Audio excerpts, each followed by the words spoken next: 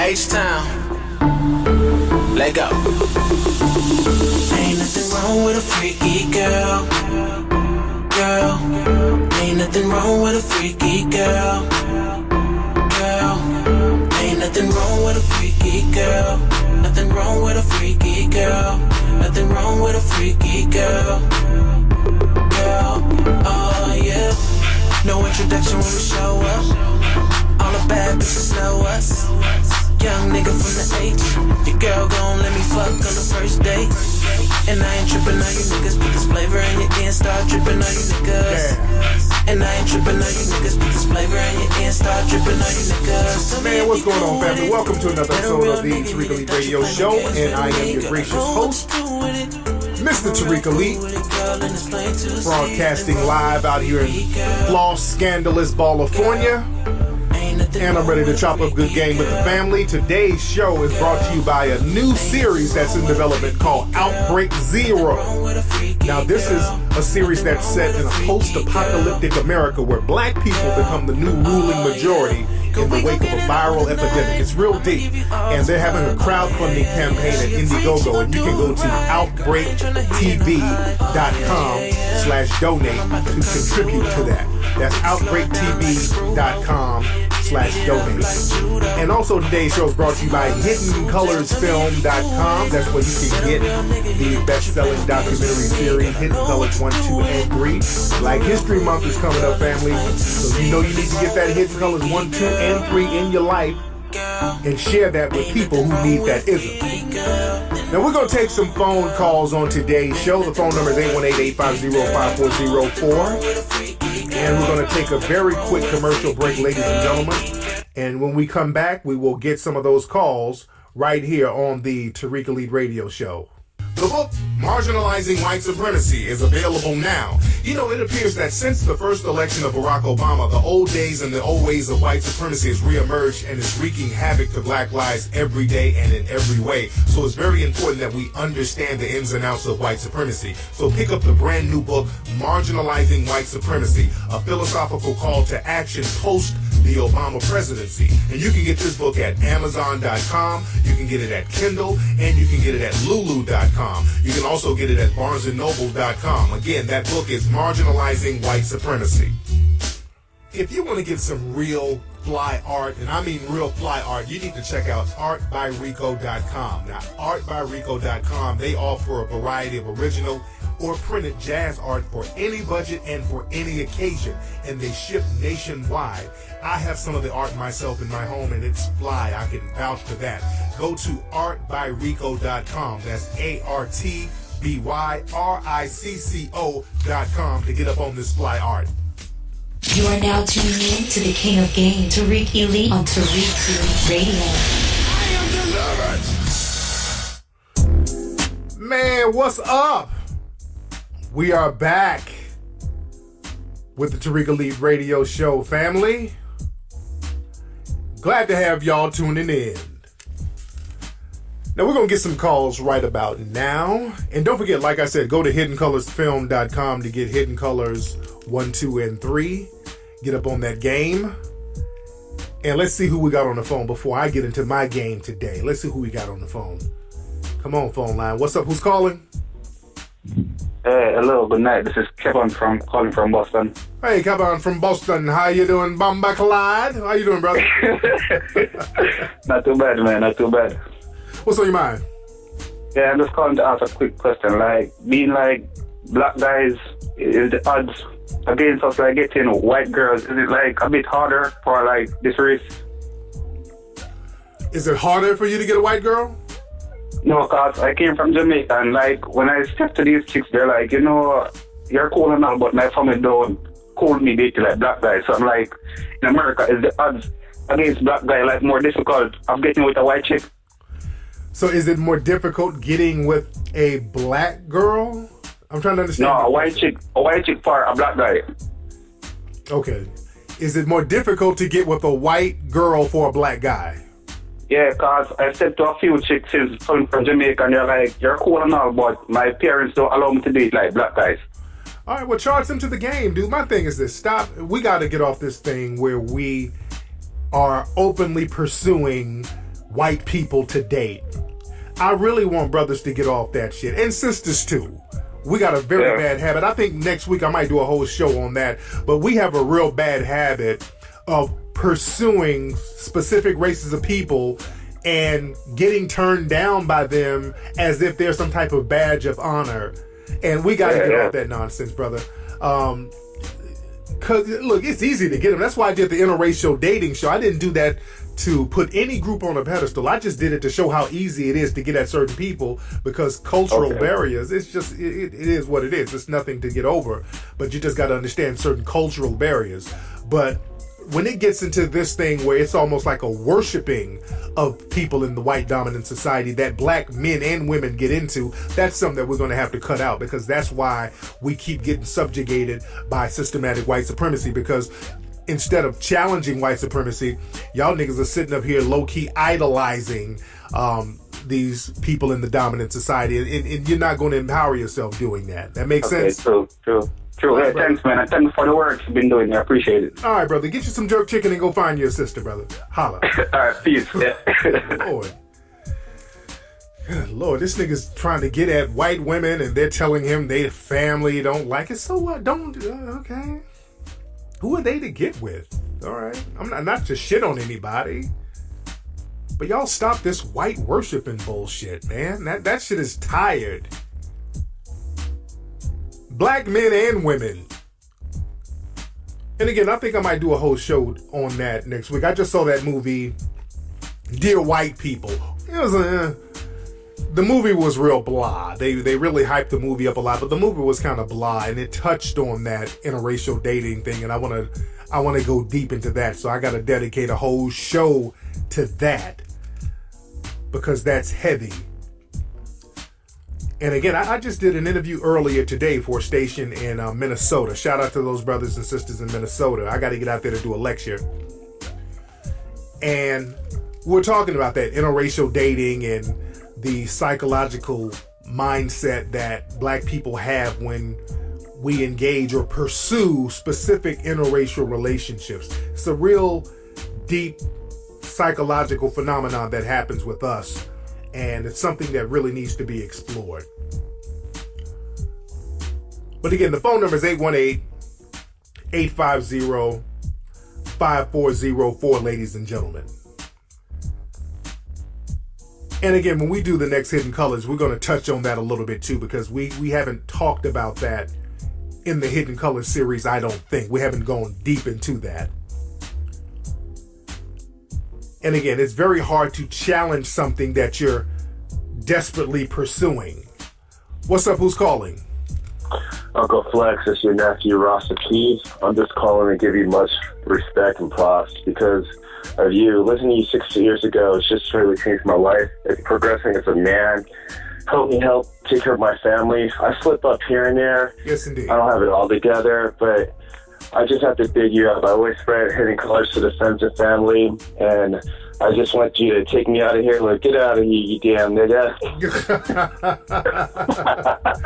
Yes, I love you, Uncle Flex. You the best, man.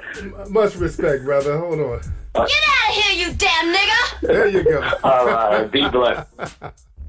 There you go. Man, much respect. Well, let's get into some game, because I'll be here all night chopping it up. You know, I want to talk about this video, and I played it on the Ustream show this past Sunday with this news reporter in Memphis doing an interview with this lady who was a daycare center director. And I touched on it this Sunday, but I want to go a little bit deeper tonight about it. And I want to play some more of the clip, because a lot of places on the internet, the clip has been taken down. The news channel or the station or the affiliate or whatever, they've been getting the video taken down. So I'm going to at least have the audio available here in archive so people can get that if they need to get that. But let me explain what happened. And this goes into today's topic, which is having logic over emotion. And this is a test, and this is a case study for melanoid people to observe, because we got to learn how to have our logic game popping so that we don't get caught up in emotional bullshit. And this video is a great lesson because what it is, the black lady who owns, I don't know if she owns the daycare, but I know she's the director, so she might be the owner of the daycare center. What happened, the cops were chasing a person who they suspected of being a drug dealer. They were chasing a black man. He went to the daycare center, knocked on the door, and I think he said he had to use the restroom, so he kind of pushed his way inside. And the women at the daycare center, they got him out of there, and the man was arrested. And now the reporter, there's a white news reporter at this Fox affiliate station in Memphis, interviewing the sister, the director of the daycare center, and he's talking real slick. He's kind of being belligerent. He's kind of being disrespectful with his questions. The questions are almost badgering the sister, and he keeps trying to implicate the daycare center in the crime, so to speak. He keeps trying to badger her into answering why she would let this criminal in, and he kept trying to bait her to lose her cool. And this sister was cool and smooth, had her mouthpiece crisp throughout the whole interview. And this is something that black folks need to learn and take heed of, because when you deal with white supremacists and suspected white supremacists, they are masters of instigating confrontations and then going into victim mode. They love to instigate little emotional outbursts from black people, and when you respond to them with emotion or aggression, the white supremacists go right into victim mode. That's one of their little tactics, but this time it didn't work. And the great thing is, in this video, it was live. And that's another thing. When you're debating or having a conversation with a suspected white supremacist, usually they control the narrative because they control the media. They can slice and chop and add in and bring in coons and do everything they need to do to slant the story on their side or slant the narrative the way they want it to be slanted. But this was on live TV, which put the white supremacists at a disadvantage. When you're going toe-to-toe with white supremacists and everything is live, they are at a disadvantage because now they can't use their system of racial manipulation to slant the story. That's why a lot of white supremacists don't like to call up to my show. Very few do get brave and call up, but they don't like to call up the show. They like to just kind of troll the internet anonymously, posting and links and rhetoric from white supremacist websites. That's their little shtick. But this was live, and the sister got in him. The sister was real cool, and she made this guy look like an idiot. And that kind of made him a little huffy. Now, if you can find the video and see it, that's great, because you can see this guy's expression. And he was getting frustrated because he wasn't getting her in an emotional, frustrated state. So let me play the video, and I'm going to go in and out of the video and pause it periodically. I'm not going to try to do that too much, but I really want you to peep the game that was going on with this sister. Here it is. They are. Terry Oliver's here with us, Ernie, and she's going to help us understand what exactly happened. How did this guy get in, Terry? Actually, our door was locked, and we keep it locked every day. He came to the door and knocked on the door and rang the doorbell, and we came to the door and said, "How can I help you?" And he kind of pushed his way in, and we said, "How can I help you?" And he said, "I need to use the restroom." Was he using the intercom at that point? You asked. So you opened the door for this stranger. See, watch that. That reporter's trying to be slick. You open the door for that stranger. Well, we opened the door for a person who could have been patronizing our business. Okay. Because we're servicing 82 students. We don't know every parent, every grandparent, every mother, every father. So we opened the door and said, "How may I help you?" It is a viable business, and so most businesses open doors and ask questions. How can I help you? Who made the call to let this guy in that they've never seen before? Again, see that? Now he basically asked the same question in a different way, trying to be slick. Now, who made the call to let this person in that nobody had ever seen before? Now, she just answered the question. But again, that's a white supremacist tactic. You just keep asking the same question in a different way to get the person frustrated so they can lash out. Actually, this person who came to our center is could potentially be a client. And so since we are a business, when a potential client, or all of our customers are strangers until we know them, we open the door and say, how may I help you? Because to you, it's a stranger. To us, it's a potential client. And the cameraman's a stranger today. So if he came to our door, our first question would be, how can I help you? Because it's a business. Does the intercom work? I mean, do you have the ability to say, how can I help you from the outside, and then question and screen the person before you actually let them in? Absolutely. We do have that option. However, when someone comes to our door, we find it a little bit more welcoming to peek, just barely open the door and say, how can I help you? And that's what we did on yesterday. And then he pushed his way into our center, and our staff perfectly executed our plan and said, you can't come in, you can't use our restroom. Not a child was injured, not a teacher was injured. Our staff was perfect in the execution of our safety plan, and I'm very proud of that. Let me ask you this. Will things change now? Will you screen the person from the inside and use that intercom now versus letting them in? Will you be a little more apprehensive about letting someone actually come in the door? This is a viable business, I'll say again, and so we'll welcome customers into our center. We'll execute our safety plan just like we did on yesterday, and we'll continue to say, how may I help you? And our prayer is that it will be an exchange like it has been for the last 21 years. We try our best, just like any school, kind of like Sandy Hook's. I think we actually did better than that because he was actually able to get into that building and harm children. And our staff, once again, perfectly executed our safety plan.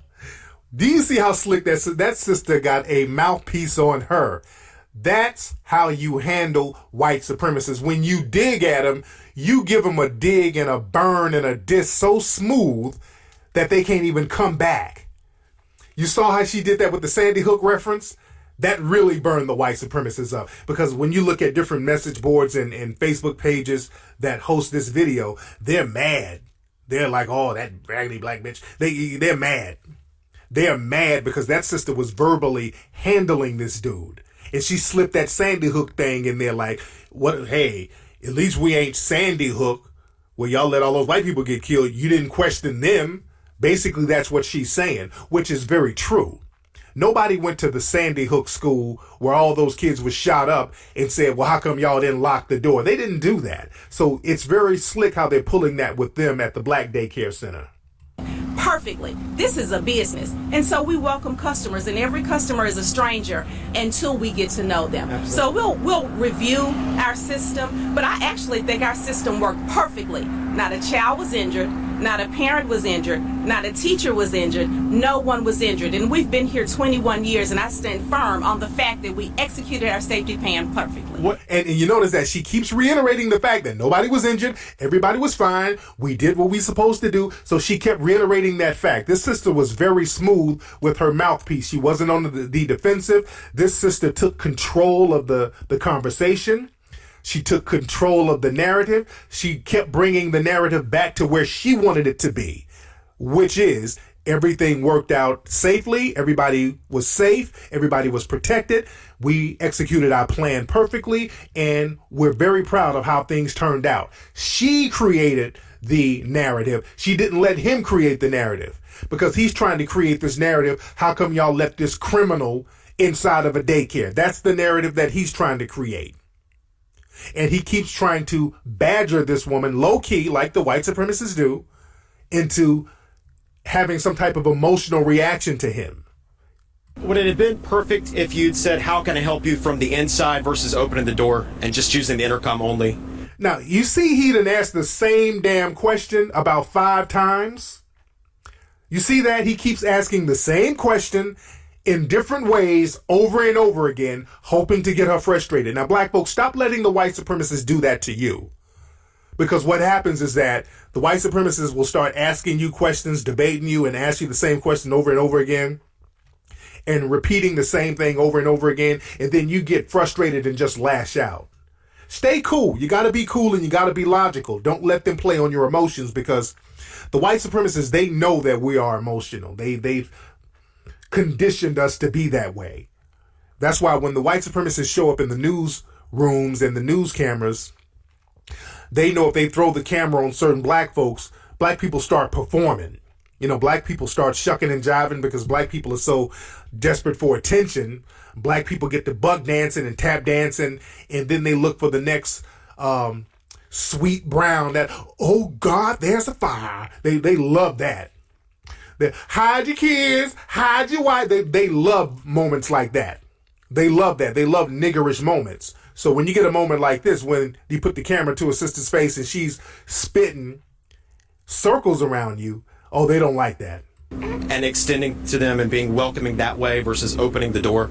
I think that could have possibly been another news story, or something with the Better Business Bureau. We're coming into your business or asking to come into your business and to see your business and say, hi, how can I help you? We want to know about your business, and we're talking to them through a door. I'm not sure if that's best business practice, but what I do know is best business practice is to have a safety plan in place. We had it in place. To execute a safety plan, it was executed. To keep all of the children safe in our buildings, they were. To make sure that no adult was injured and no adult or child was. Smart. So business is business. This is a viable business for the last 21 years. And I wish y'all could see the look on this dude's face.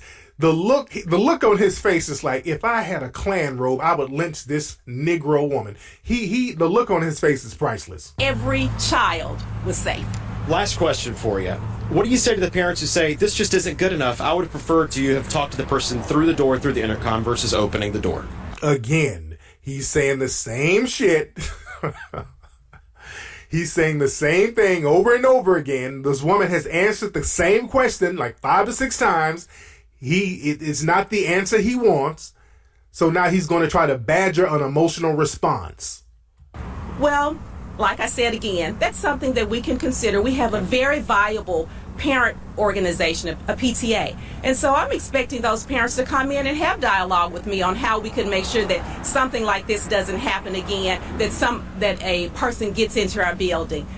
But I'm sure that they're pleased, and I know they are because I spoke with every one of them myself, that no child was injured.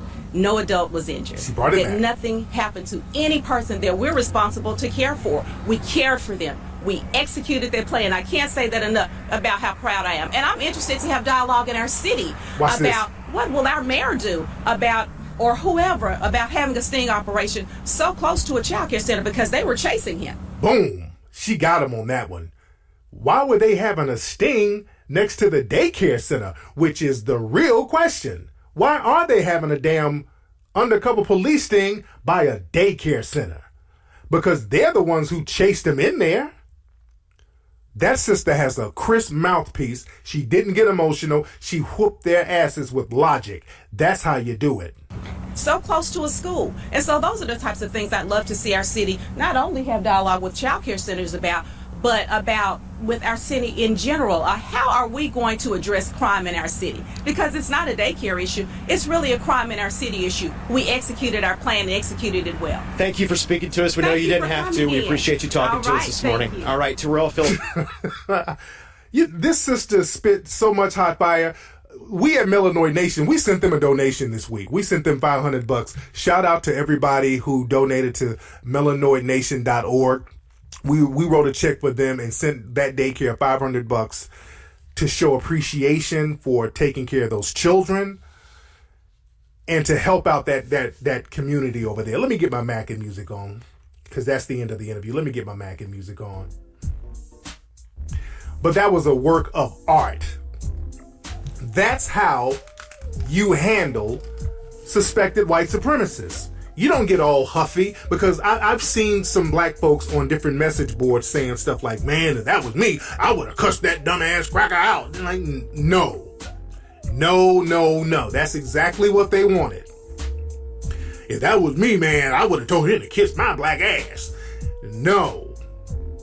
That's not logical because all you would have done was play into their racial stereotype. These emotional, belligerent niggas. He would have went right into victim mode if they would have done that. If that would have happened, that reporter would have went right into victim mode. You got to stay calm and you got to stay rational and you got to be logical. You got to use your logic over emotion. That sister made the logical decision in that interview. She carried herself in a logical manner. That's how you handle these suspected white supremacists. And now the guy, He looks stupid as hell because this video has gone viral. He looks stupid because she didn't take the bait. And that's what happens when you're dealing with suspected white supremacists. When they're trying to badger you as a black person or trying to egg you on, even if they call you the N-word, they call you a nigger at your job or whatever. Just like Neely Fuller once said, the great Neely Fuller, he said, if somebody calls you a nigger, don't even flinch, especially at your job, because if you start acting emotional, that's what they want you to do. But if you just sit there and don't flinch and damn near ignore it, then they are going to be at a disadvantage because now they are going to look like the asshole and they'll almost come back and apologize. So you got to be the calm and rational one and not take that bait because they want to lure you into an argument so you can lose your cool. You guys have heard me debate white supremacists on my show before. One of the last ones I did, it's somewhere on YouTube. A lot of people put up my YouTube videos.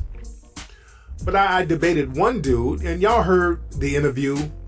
I'm debating him, and I'm just being cool and logical. And then he got into some name calling, trying to get me to lose my cool with him. He was like, Tariq, you're a fucking asshole. You know that, man? You're a fucking asshole, Tariq. You're being a fucking dick, man. And I just stayed cool. So, sir, are you getting upset with me, sir? Sir, I don't understand where you're coming from, sir. You sound like you're getting upset with me. The white supremacists can't stand a calm and cool, collective black person. They can't stand that. When your mouthpiece is crisp and you're not all emotional, yelling. See, one of them old yelling, fuck you, cracker, fuck the devil. They love that. They love a loud, emotional nigga.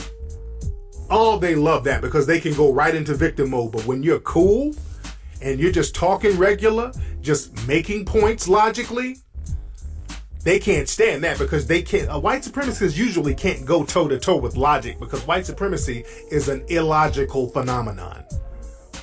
So there's a lot of smoke and mirrors that has to be performed to maintain that system and to even try to logically explain that system. And let's be very clear with that reporter. What they were trying to do is, one thing is trying to sabotage that sister's business. That's one reason why we at melanoidnation.org, we wanted to send a donation down there because what they were trying to do was sabotage that sister's business by trying to make it seem like they were somehow complicit with the alleged crime that happened. They always do that to us. Whenever a black person commits a crime, they try to make everybody in the neighborhood somehow complicit to it. But let's just be very clear. Why was this reporter really all huffy and puffy? Because there's another part of the game that a lot of people are missing. There's another part of this that people are missing. You know the real reason why this reporter was kind of frustrated and low-key badgering this sister who held her ground and held her own, and we're very proud of that sister.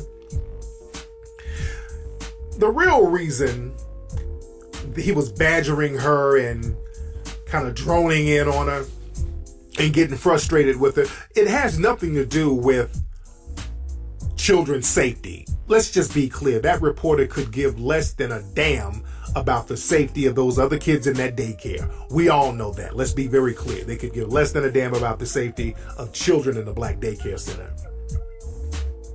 They were upset because Miss Oliver, the lady at the daycare center, and they messed up for them a potential bigger news story.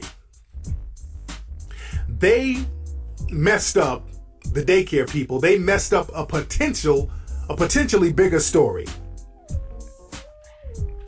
Because the thing is, this brother, this young black man, was accused of selling crack somewhere on the corner around that area. Who knows? Who knows if that's even true? They said he was a drug suspect.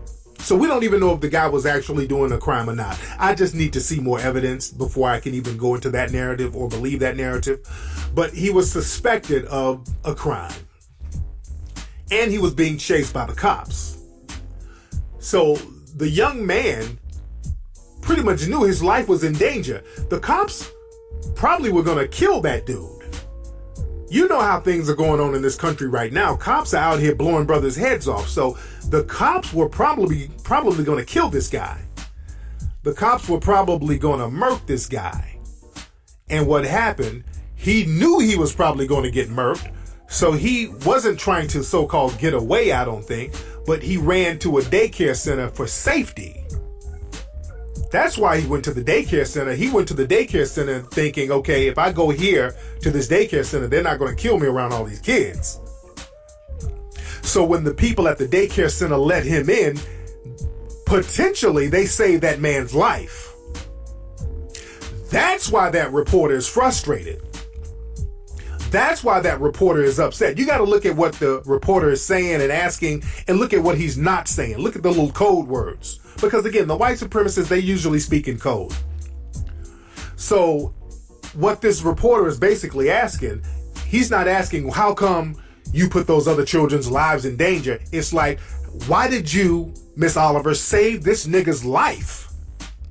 Why did you let that nigga in and save his life? He could have had his brains blown out and we could have had a great news story. I could have won an Emmy. I could have got an award. This could have been a great ratings news. How come you didn't let this nigga get killed? That's what it seemed like. They wanted some type of big finale with this situation, with this black man running from the police, knowing if we don't know if he did anything or not done anything. But the story could have been more tragic than what happened. What we do know is if that brother was going to get killed by the cops, which there's a possibility that he could have been, that sister at the daycare center saved that man's life. That's what these motherfuckers don't like. They don't want this whole community thing where we're saving each other or potentially saving each other. They want it to be open season on us. All the way open season. So none of this whole, you find sanctuary here and there. You found sanctuary at a daycare center. They don't want all that stuff. That's why they're trying to shame the daycare center and send out a message to shame any other people who try to harbor somebody who should be killed. Look at the big picture, man. Look at the big picture of this. That's why they're so frustrated. They're trying to send a message. If we're trying to have open season hunting on you niggers, don't y'all go out here harboring any of them. Don't go out here trying to save them now, because we're going to shame you and try to ruin your business. So this is why we don't fall for the okie doke, family. I'm glad that sister let that dude in. I don't think that there was no danger. I think the dude was going in that daycare center to save his life because he knew those cops were going to try to blow his head off. So again, we got to get a code of conduct. And I'm not saying, dudes, if you are doing crime, don't go out there doing no crime and don't do no crime around no kids. I'm not saying that at all. Don't be doing any kind of crime at all at this point. But if you are suspected of a crime, because we can guarantee that we won't commit a crime, but we cannot be guaranteed that we are going to not be suspected of a crime, that we won't be suspected of a crime. We don't know that. So we got to be in a position where we can help ourselves and help each other.